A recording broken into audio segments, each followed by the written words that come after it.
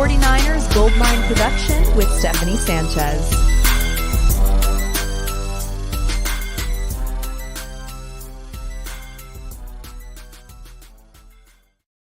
What's going on, everyone? Welcome to another edition of the 49 Carats podcast. I'm your host, Steph. It is Monday, May 20th. It is the first day of 49ers OTAs. Along with that, we've got a couple of new updates. So joining me to talk about it all today is my Monday co-host, as always on a Monday, Weston P. Smith. Weston, how you doing, man? I feel blessed to be in the presence of greatness, Steph. What a week for you last week. So excited, but now I feel like I can tease you a little bit and joke, because we always throw this 49ers legend like comment out, but now we are talking with 49ers schedule release legend Stephanie Sanchez, and it's an honor. I'm just so psyched for you and the week that you had last week, but I'm a little disappointed that you had to keep the secret from me for as long as you did. you weren't the only one, for sure. But I think I surprised a lot of people, which is exactly the type of reaction we wanted from the video. So I guess it all went to plan. It was pretty hard to keep a secret from so many people, especially people that I do shows with. But glad you enjoyed it. And yeah, I'm happy to be a 49ers legend, I guess. You now are. There's no escaping that. All right. Well, we have some topics to talk about today. As I said, it is the first day of OTAs. And we also, a couple days ago over the weekend, we did get an update on Brandon Aiyuk's contract negotiations. As you know, we get these updates every once in a while, and it's like, so far, it hasn't been the greatest set of updates. But Weston, let's take a look at this real quick. Over the weekend, Jeremy Fowler of ESPN said on SportsCenter that the 49ers and Brandon Aiyuk aren't making a lot of progress on this deal. He said, quote, talks have not progressed enough where things are close. And he also said that something's – wait, I'm trying to read this last part here. They're not quite there yet. So, yeah, this is not the update we wanted, but are you surprised at all? I mean, it's still May, right? Like, it's still early. While it's not really very positive, I mean, are you hitting the panic button yet? I don't know if I am, but it is getting close. I'm not even close to hitting the panic button. And the reality is like, if you're new to 49er world, this is nothing new, right? Especially under this regime. This team and this era has a long documented history of, I don't want to say dragging their feet, but prolonging these conversations. But they also have a very rich history of paying the players that they covet and we eventually get there, right? Like it's almost like, hey, let's throw something out early and often, see if they bite, see if they go for it. If not, we'll just go. Here's the reality. The pending event that would have sent Brandon Aiyuk anywhere that the 49ers would have been willing to jump at has passed, right? There is no pending event. They have him under contract. It does not benefit Brandon Aiyuk to hold out this year, right, in any way, shape, or form. I think this thing gets done. I think it gets done end of June, early July, where these things tend to get out. Yes, he's going to miss OTAs, as he should, right? He should not be on the field in any capacity without his professional security intact, right? I support that wholeheartedly, but in no way, shape, or form am I'm panicking around this situation just yet. There's too much history there to prove that they'll get it done, and there's a part of me, Steph, that still believes like any update that we have gotten in the last couple of weeks that we'll continue to get over the next couple of weeks is just like filler content, right? Like, I don't even think it's really there. I think Brandon Aiyuk's agent is no dummy. He's been watching from the sideline, knows John Lynch very well. Like, they just know how this gets done. I'm not worried at all. Yeah, I'm not worried either. And I just think we've seen the 49ers track record of when they get these deals done. It's usually around training camp time, a little before that. So we still have a ways to go until then. So I'm still not pressing the panic button. Of course, hearing that there's no progress is, that's not what you want to hear, but there's still a lot of time between now and then to make progress, right? So that's the good thing for them. Now, the question is he going to show up to OTAs? The 49ers, like I said, their first day of OTAs is today. And I mean, I don't think the media was there for today's session, but I would imagine, like you said, Weston, he's probably not going to be there. If he is there, he's not going to be participating, but I really don't think he is there.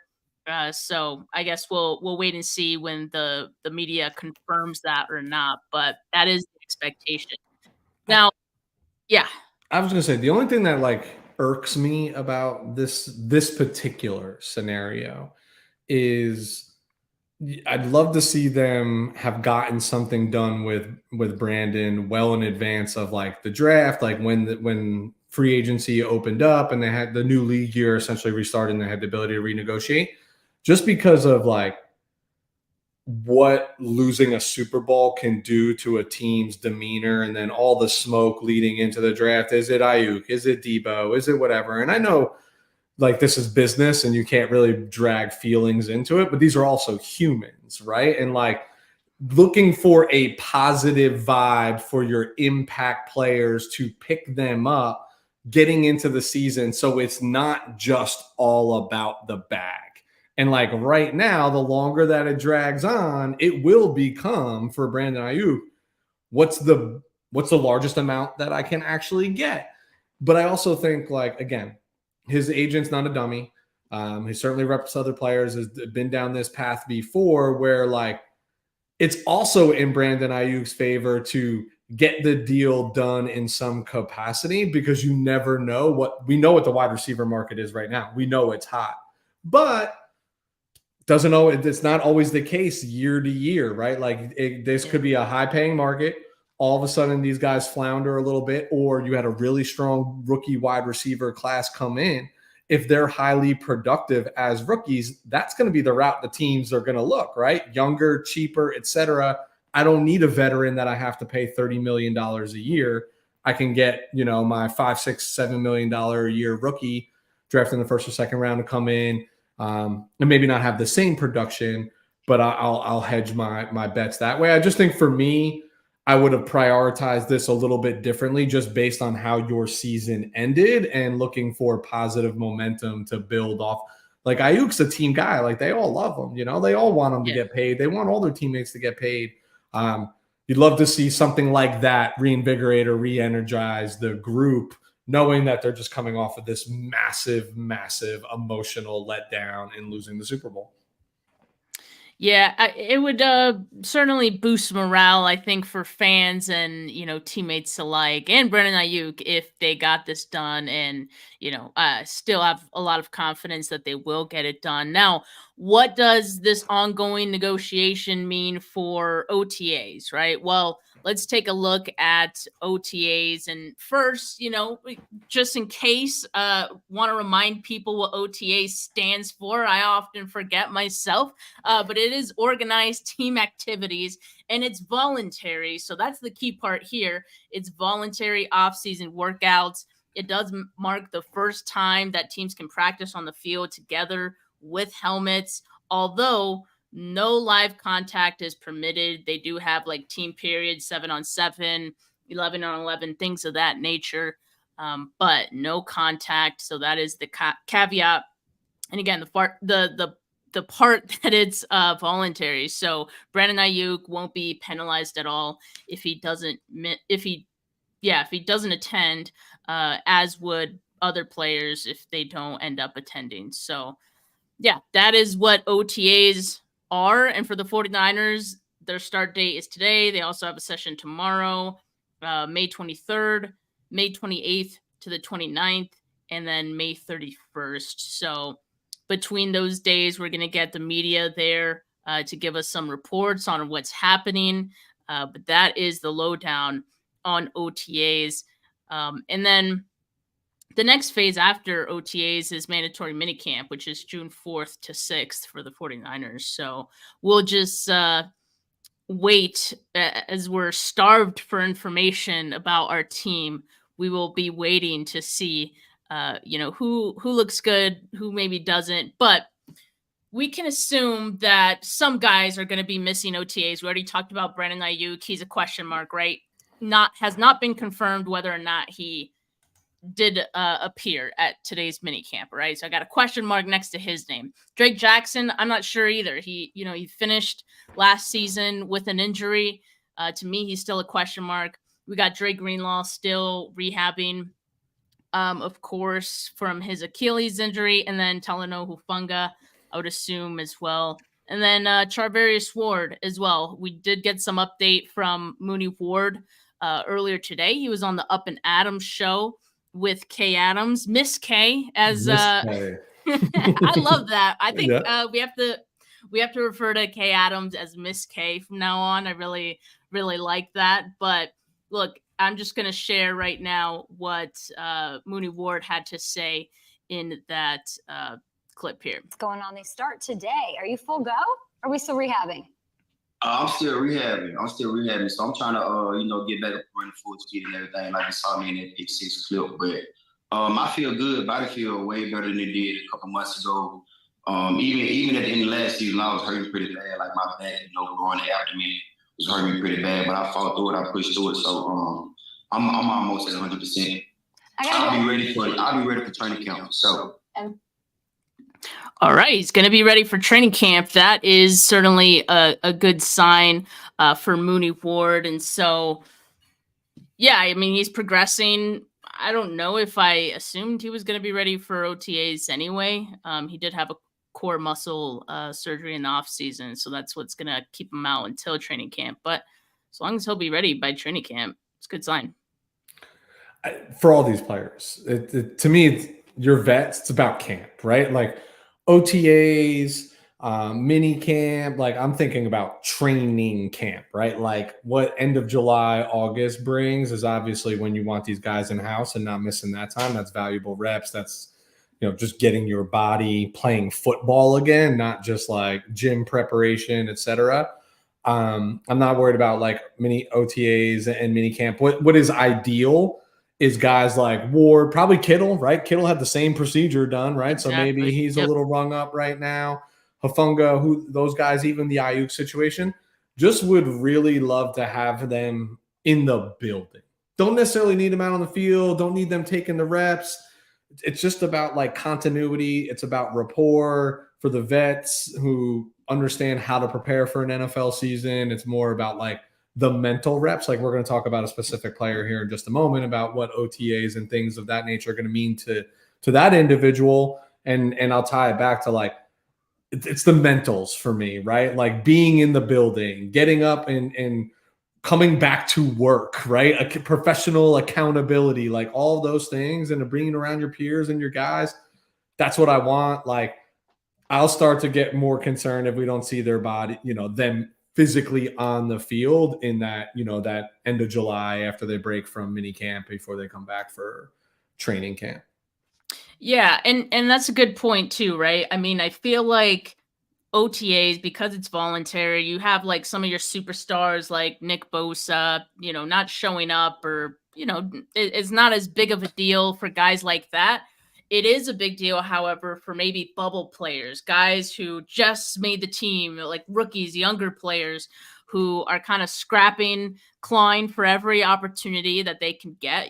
This is a great time for them to showcase what they have. Now, that doesn't mean that it can't be valuable for vets as well. You got Devondre Campbell, who the 49ers signed this past offseason.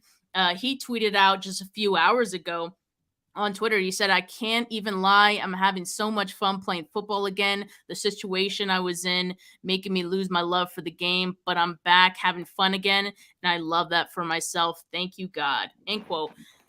Good for him, right? I mean, he has kind of alluded to this in the past that, his role with the Packers just wasn't the right one for him. And, for him to say he's finding the love for football once again, that's a big deal for a player, right? And so hopefully that does translate on the field. It seems like Devondre Campbell is one veteran who is enjoying his time at 49ers OTA so far. I love it. I love this for myself. I know he loves it for himself. Yeah, right? I love this selfishly. I mean, all right, Devondre. Like I didn't want to say that I wrote off this signing, but my expectation was he's not the player he once was, right? But now, like, you never know. Like, that's what I just love about athletics in general is like how much scenery, coaching, any of those changes, how much it can drastically affect the outlook. All right. Yeah.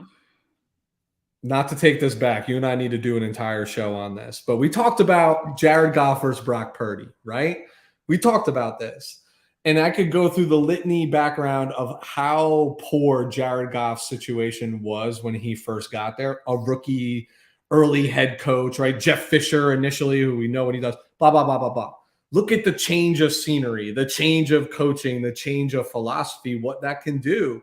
And Devondre's been harping on that, right? Since the end of the season. He was like, they didn't know how to coach me. They didn't utilize me right. They didn't put me in the right spots. And that's a lot of like player speak, like to justify maybe what could be defined as poor play. But when you see something like this, I'm loving this game again and talking about it as a game versus a job and a business, like, I don't know, maybe 59 is going to be a lot of fun flying around the field and might afford, Dre to take his time and be right before he puts himself in harm's way again and at risk of re-aggravating or whatever it might be. So selfishly, I love this for myself just as much as he loves this for himself.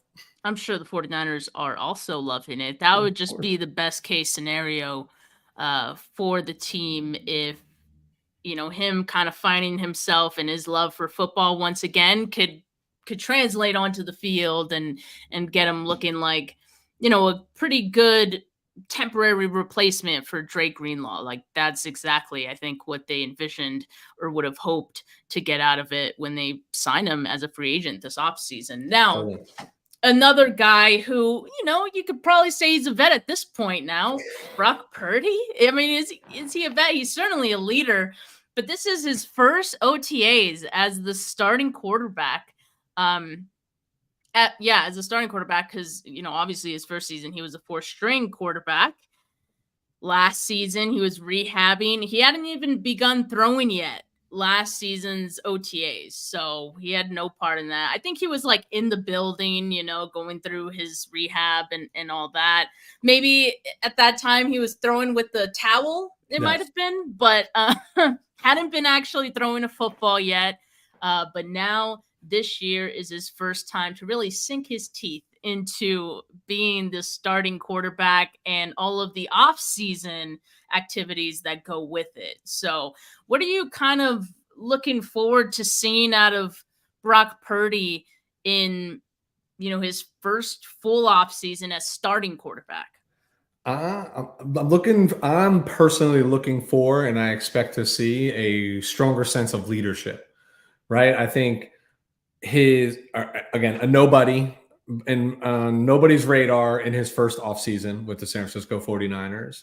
And then an unfortunate set of circumstances in his second offseason where his primary focus was getting healthy and on himself. And there was a lot of craziness going on as well, right? Is Trey here? Nah, what's happening? Like, what's the quarterback room going to look like as they slowly morph that to be Brock Purdy's room? We know it's Brock Purdy's room go forward. Now he has the opportunity to be front, center, present. Again, even if he's not on the field, just coaching people up, spending more time with Kyle, like more of the focus on football than the improvement of health. And I think he's also going to afford himself an opportunity here to get his body and his mind right in phases, right? Like leading into the season, a benefit that he hasn't had in his short time in the NFL. Now, I don't know what that amounts to. If I'm being fully candid, I'm perfectly fine if it amounts to the exact same season he had last year, right? Like statistically speaking, right. Like I'd be fine with that. I don't know what like a full off season gives him. What I will say, and I am very big on this, in anything you do in life, the more repetition you get and the more practice, it's everything else slows down, right? And the more prepared you are for the scenario. And this is where he is going to get the most practices with the most number one team reps than he's ever had in the NFL. So I have to imagine something good comes from that, right? Am I crazy? Or like, I just feel like something positive has to come out of an extended off season where the focus is on football and not health.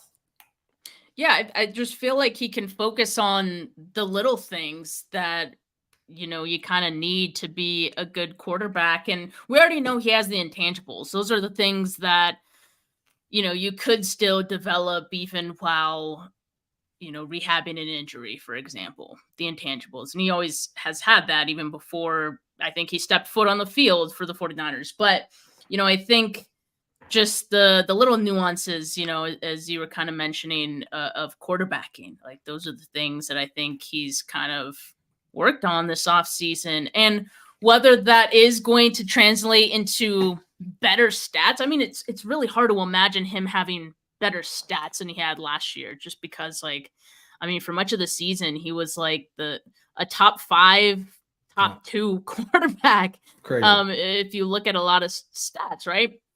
So I think in that area, like, there might be some regression in the stat category, but he's going to be a better quarterback. Like, I don't think that's crazy to say, right? And like, Nope. those two things could be true at the same time. And I think this is a season where we do see that, and we do see some growth from Brock Purdy beyond just the stat sheet. So I think that's great. And as you know, Rob was pointing out, Rob D in the comments here, Brock hit every pass to George Kittle at this concert. It was Luke Combs, right? I'm not much of a country music buff, but Luke Combs had his concert at Levi's Stadium this past weekend.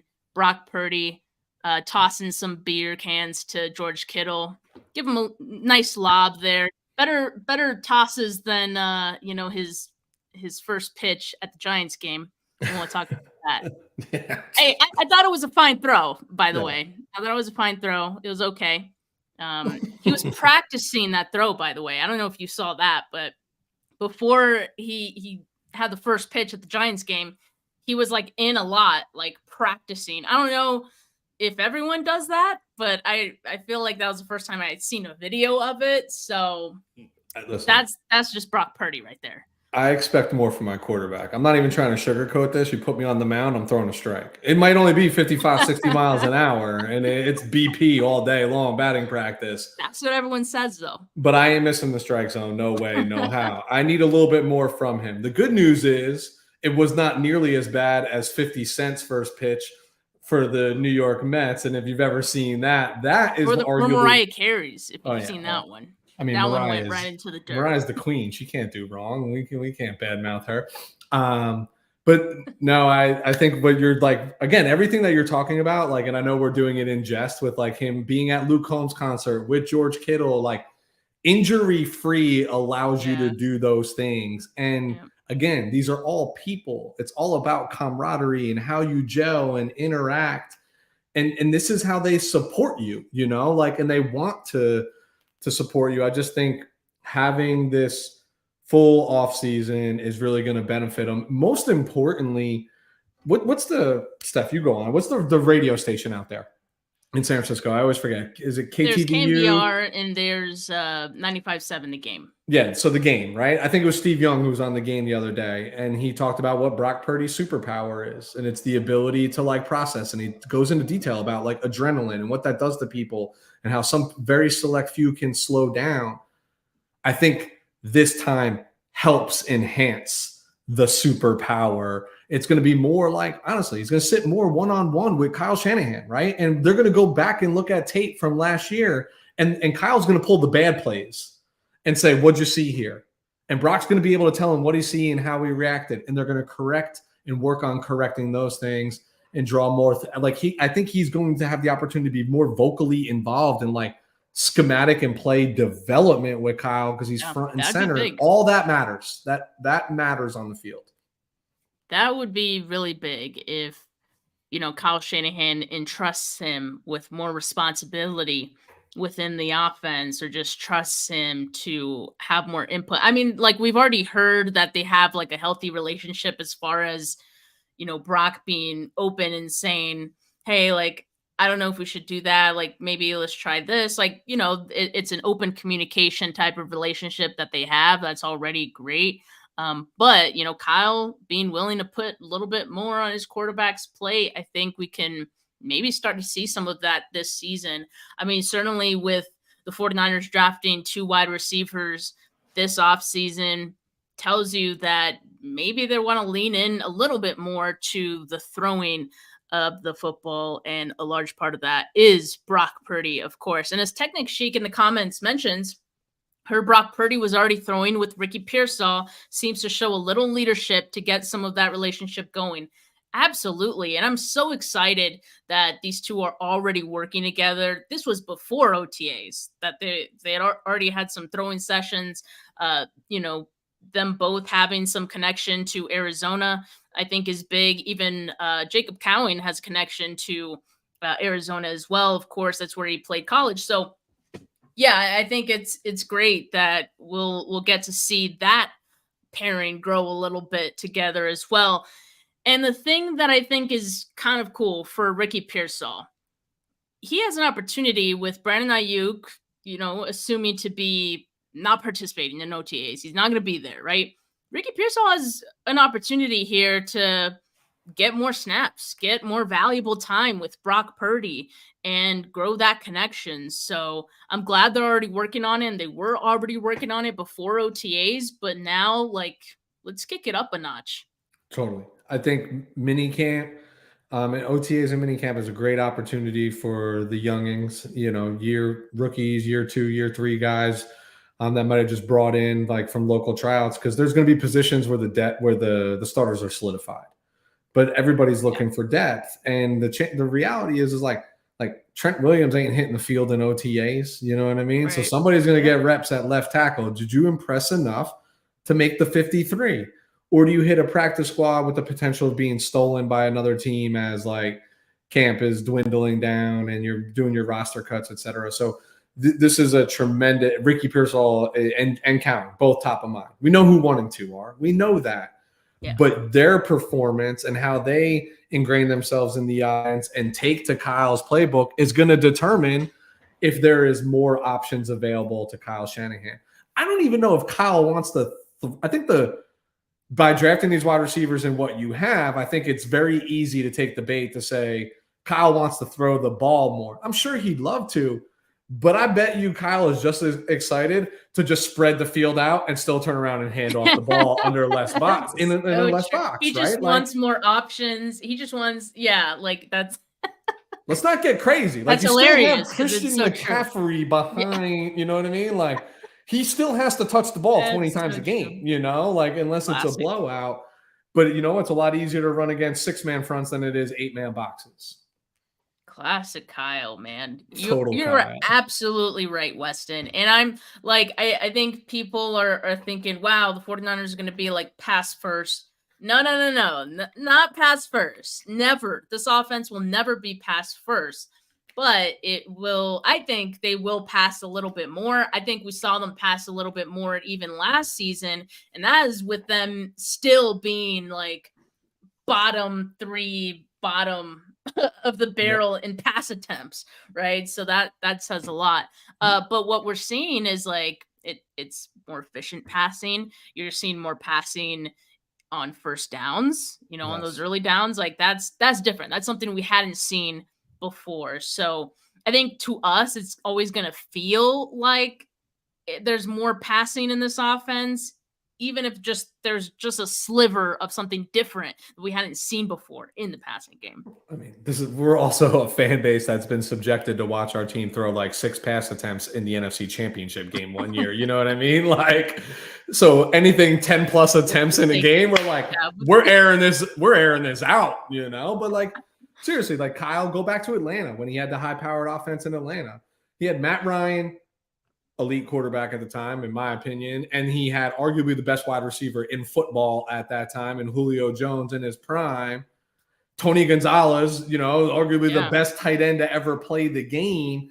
And they still had Devonta Freeman and Tevin Coleman and still ran for more yards than any team in the league. Like it's deception. That's all it is. They're all just trying to outthink each other, but you will not dare to walk your linebacker out on my slot receiver 15 yards outside the tackle, because even though I might have a run call here, I'm going to empower my quarterback. That's why this offseason is so important. He will audible out of that, and he will eat that coverage up all day long with that space in the field. So it's almost like, I dare you, right? I dare you to call my bluff that I'm not going to throw, but whatever it is, and that's what it's about. Just keeping people second guessing themselves.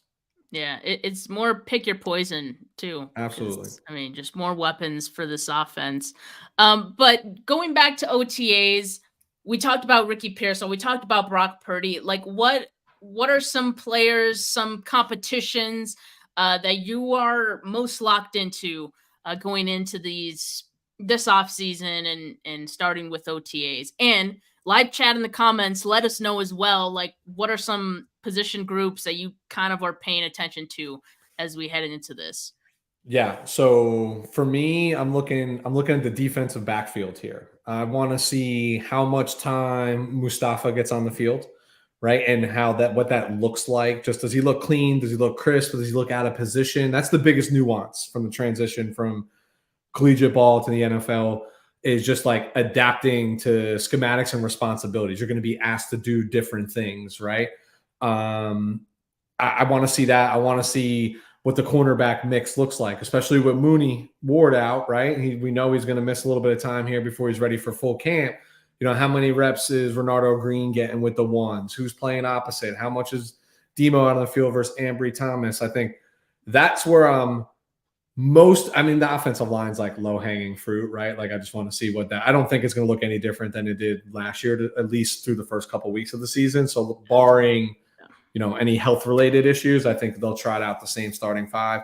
But I am really interested in the defensive backfield across the safeties, et cetera. And I'm slightly intrigued to see what the running back room looks like. I mean, I think they're really high on these two rooks. I'm glad you said that. Yeah. And we all love Elijah Mitchell. I know availability is the best ability, and he has not been readily available since 2021, essentially. And we all love JD Mason. Like, we all love Jordan Mason. But I think those two are going to find themselves on the outs if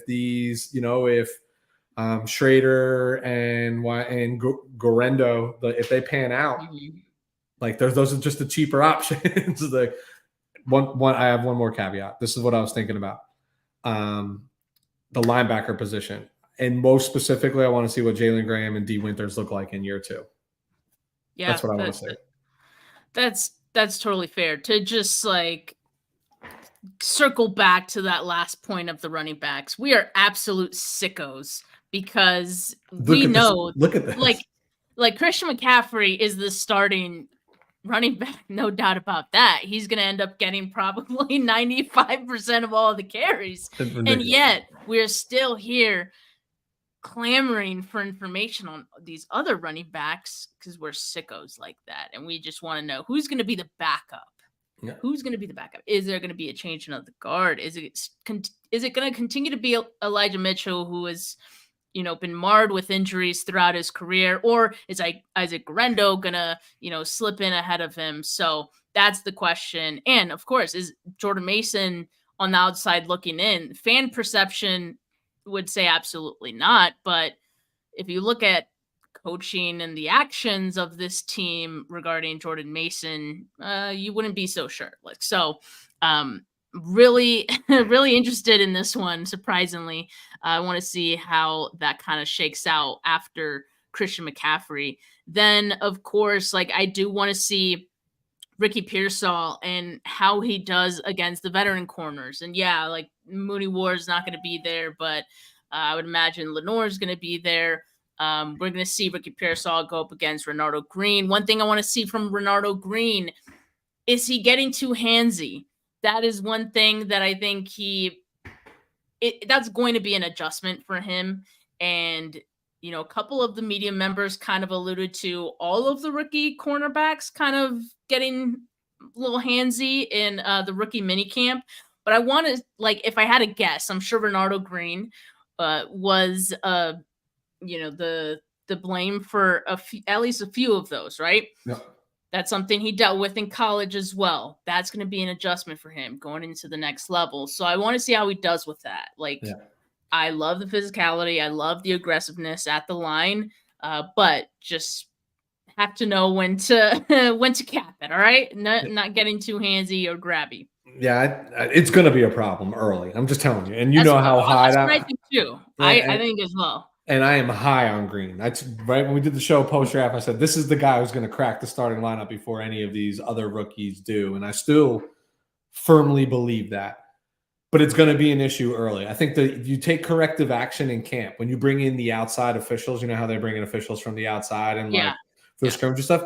You just you oversensitize it. Like you just call him for everything, right? Like and just to condition keeping the hands off because you don't want something he might get away with in practice translate into a game, and all of a sudden it's a 55-yard penalty that puts him down on the 1-yard line, right? For something silly and foolish that's avoidable. He's a rookie. It's gonna, and he's an aggressive rookie, right? Like he's not like he's not getting beat. He's just physical with you, you know? Exactly.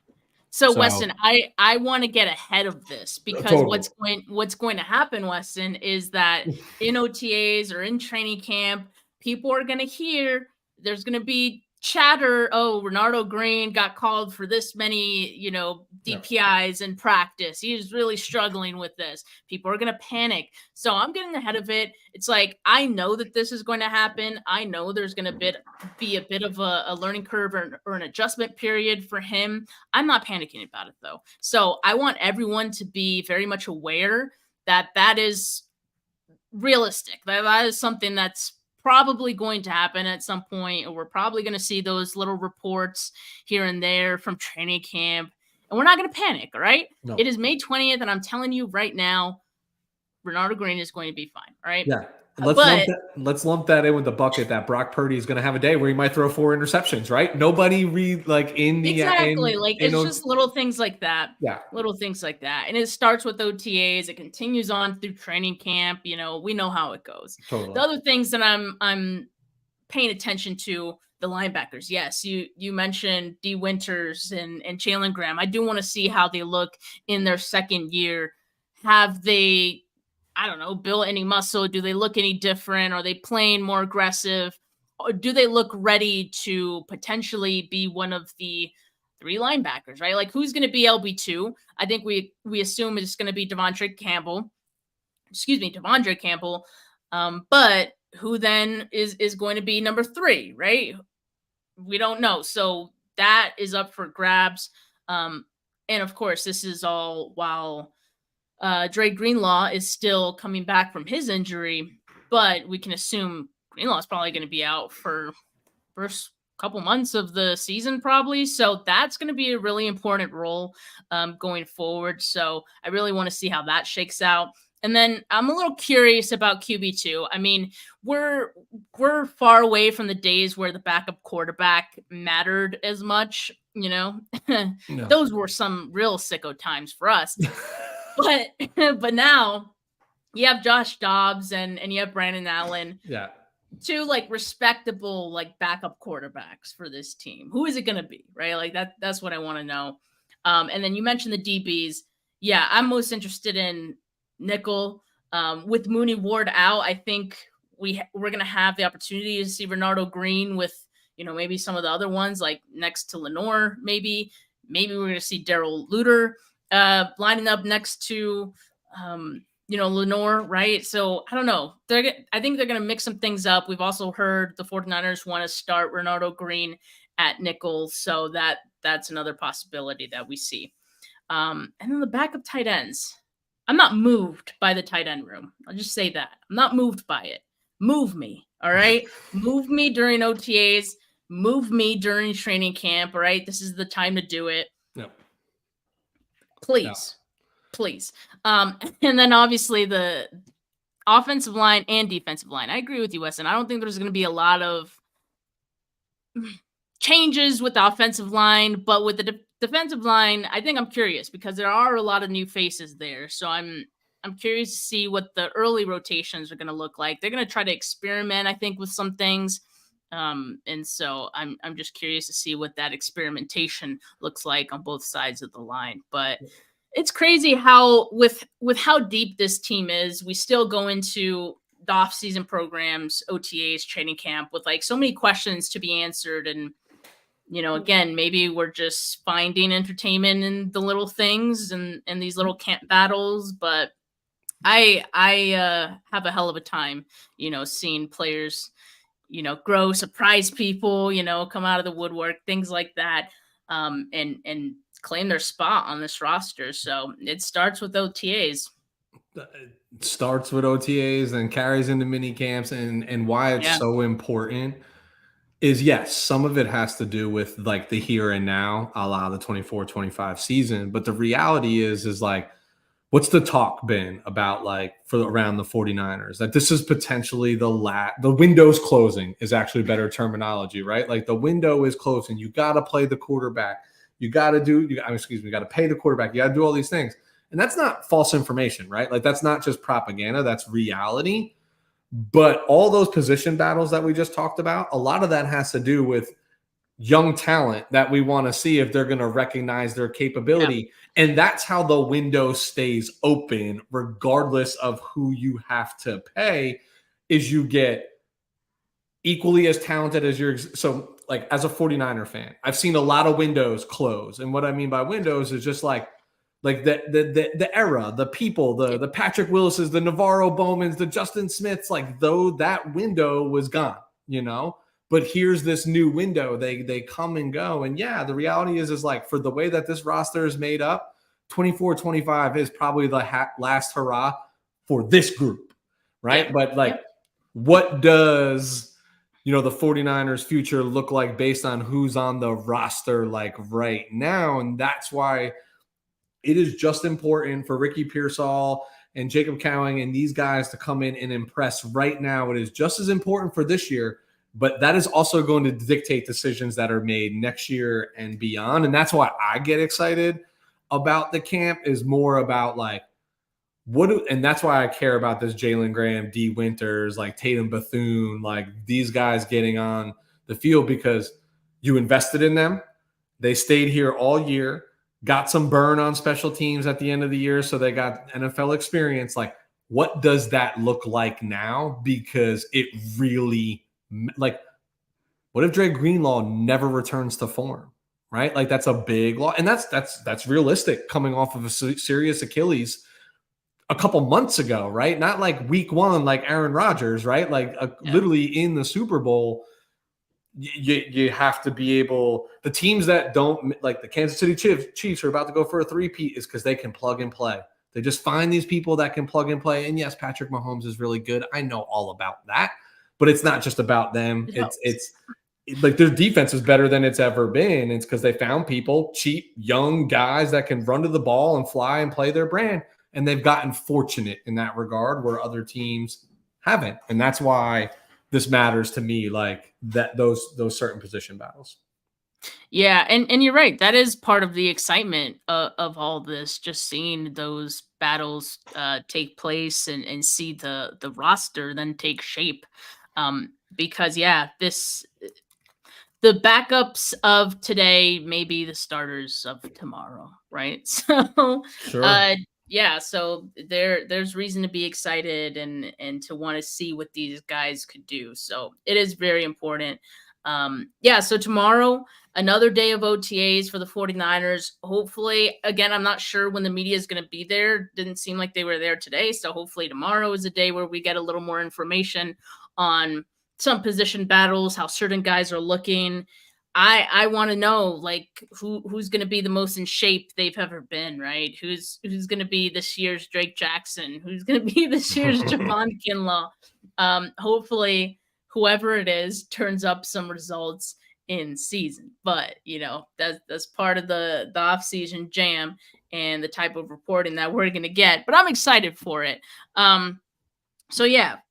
tune in tomorrow. Make sure you like this video. Make sure you subscribe to the channel if you haven't yet. Hit that notification bell so you know when I go live.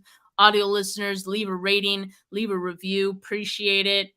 Weston, any final words before we depart for our Monday here? 11-6. That's okay. You know what? I'm glad you did that because that was one of the topics I wanted to speak on, the season prediction. I want to give no context. I just want to say 11-6. I love that. Because mine, I give 2 every year, and it was 14-3 was my very optimistic one. And then my pessimistic one was 9-6. All right. So the truth is probably somewhere in the middle. All right. Which would still be pretty good. So Weston, appreciate you. Appreciate all you guys tuning in. But for now, have a good rest of your Monday, folks. Peace.